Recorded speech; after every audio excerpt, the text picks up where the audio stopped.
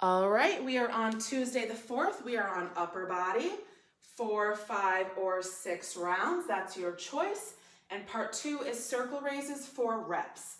So we have push-ups, single arm rows per, tricep kickbacks, front to lateral raise, and circle raises. So push-ups, you're going to do full or kneeling or off of your height. Single arm rows. You could use your chair if you'd like. And switch sides. Tricep kickbacks.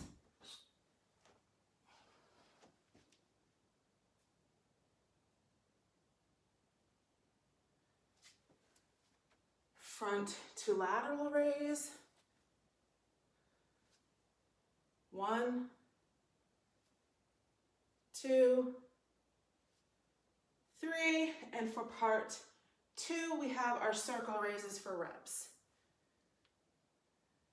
1, 2. Okay, push-ups.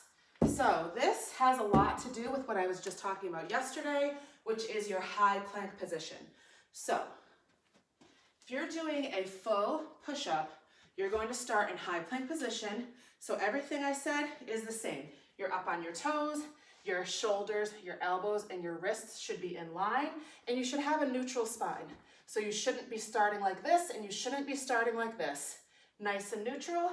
The idea with your push-up is that everything's gonna lower together and rise together. So you shouldn't have your hips leading, you shouldn't, and your shoulders be up here. You shouldn't have it opposite where your butt stays in the air and just your shoulders are moving. If you need further, I don't want to say assistance, but to make it a little bit easier, you can open the width of your feet, and the wider your base is, it's a little bit easier than if your feet are really close together, so you can always try that. But you're in your high plank, and you're gonna lower everything together, and then everything's gonna come up together. Lower everything together, everything comes up together. So if you are trying to do that, and you are noticing that your hips are sagging down, or you go like this and then you can't get up, or you're doing one of these, a lot of people do this, you wanna drop down to your knees. So in the same way that when we were doing our planks, you just drop down, you drop down the exact same way to do your push-up. So when you're doing your push-up, you're not pressed back here and you're not on your kneecap. Your hips drop and you're actually resting on the area right above your kneecap, okay? Arms are still stacked, drop down, raise up, drop down, raise up. Now there is a lot of talk about how your elbows should move and your arm positioning. If you watch a lot of, these influencers who want to tell you everything on social media, they will try to tell you that if you do it like this, it's wrong. It's not wrong, it's just using much more of your chest and back, where they want you to do it like this, where your elbows are tucked. That's what we call a tricep push-up. So they are actually two different variations that are supposed to work two different things. So I, myself, am not very good at tricep push-ups. If I'm kneeling, I will go ahead and try it, but if I'm doing full, I have to do the wide where my elbows go out. So if you're not sure what I'm talking about, this is what my push-up looks like from the front. See how wide my elbows go? So what some influencers will say is that that's not right. And it's not right. It just causes you to use your chest and your back more. If you were to do tricep style, which your elbows go backward like this and they stick really close to your body, again, that's using more of your triceps, and that's much, much more difficult. So I would rather you do it, whatever hand positioning works for you, as long as the rest of your body is in the correct form, than not do it because you can't do the tricep style. So I really hate when I see that online where people are like, that's wrong, you're doing it wrong. Most females do not have strong triceps. So most females who are not bodybuilders or powerlifters are not gonna be doing tricep push-ups, okay? Now your third option is off of a height. So I have my chair here. I'm gonna hit my high plank position and I'm just gonna hit my push-up off of a height, or easiest scenario, kneeling off of a height, okay? So you're gonna do whichever one you can do. And the goal is that eventually you'll be able to move up because you're getting stronger. So if you start with kneeling and height, you might be able to progress to just the height in high plank. And then you might be able to progress to your kneeling or whatever, you know what I mean? Wherever you are, the goal is that you get strong enough where you can move forward, even if it's not necessarily a full push-up, okay? So again, anything in this program, I always would rather you do what you can do than not do it because you can't do the full or the hardest version. Okay, single arm row. So this, you can use your height if you have it near you, which for me is my chair, or you could even just lean over on your own leg, something like this, but I'm gonna use my chair today. So I have my hand, one hand resting on my chair, one hand is holding my weight. Now I'm gonna get a staggered, almost lunge stance. So my feet are railroad, my back leg is straight on my toe, and my front leg is bent. My arm is at my side. I'm gonna pull the weight with my shoulder blade up to my hip and chest area. Release, 1. Pull that shoulder blade back, release, 2. Pull, slow release. Pull, slow release. So notice when I pull, I don't open my chest and I don't jerk my shoulder when I pull. I keep everything still and I just think about pulling that shoulder blade and releasing. And you're gonna do the same thing on the other side.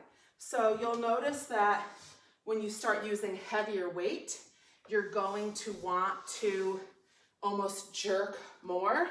Try your best not to, because when you have a weight and you're doing a jerk type of motion, it's really easy to like pull a small muscle in your side or like even your lower back. So you never really want to make jerking motions or torquing motions unless that is what your exercise is, but this is not. Tricep kickbacks. So you're going to use your lighter weight. Again, people usually have fairly weak triceps. And if you're not sure what your triceps are, it's the back of your arm, okay? So I'll always usually show when I do this exercise so you can see where you're hitting. So you're gonna get into a bent over position. Your knees are gonna be slightly bent. You're going to lean forward with a straight back. So you're not gonna hunch forward. You're gonna lean forward, which means you're gonna stick your butt out, and you're gonna lean with a straight back, and your arms are gonna be at your side. You're going to pull, I'm losing my mind. You're gonna start here. I'm thinking about rows. You're gonna start here, so you're already up, and you're going to kick backward, return. Kick back, return, kick back, return. So what you're doing there, so see that little dimple on the back of my arm? That is where your tricep is, okay? So when you're hitting that, usually you can really tell because we don't work our triceps often. So you should really be able to feel this one. When you get all the way out, you should feel it. It should kind of hurt if you were to hold it, okay? So you should definitely feel that in the back of your arm. If you're not, you might be putting too much emphasis on the forward and not enough emphasis on the kickback, okay? Front raise to lateral raise. So this is just combining two different raises. So our front raise, you start with your hands basically on the front of your thighs and your palms are facing you. You're going to just raise directly in front of you. My elbows are slightly bent and back down. That is your front raise. Up, down, up, down. Now your lateral raise is out to the side. Up, down, up, down. Notice I stop about level. I don't go way up here. I'm about level. My arms are bent. My arms are bent. So we're combining them into one rep. So we're going front, side, 1. Front, side, 2. Front, side, 3. My only tip about that one is make sure that you're really engaging your shoulders and the muscles that you're trying to use and hit those spots, okay? Because you don't want to just fly up and fly out. You want to make sure that you're consciously using those muscles to hit those spots. Now, our part 2 is circle raises for reps. So anytime you have something 4 reps, it's going to be a really high number because the point is that you're trying to exhaust your muscles. So when we do 4 rounds, you have built-in rest there. When you do reps, you're not worried about the rest. You're trying to just get it done basically as fast as you can, which in turn is going to fatigue your muscles. So the way that you do this is, or the way that I approach it, is I just do them until I can't anymore, and then I go from there. So some people like to still try to, like if they say, okay, I'm gonna do 60, they're gonna try to do 20, 20, 20. You can do it that way, but it's not as effective because you're planning out your rest. You wanna make it where you are struggling essentially to get it done. So your circle raise, you start in front of your legs, but your palms are out. You're gonna circle up over your head, back down. You never rotate the direction of your palms.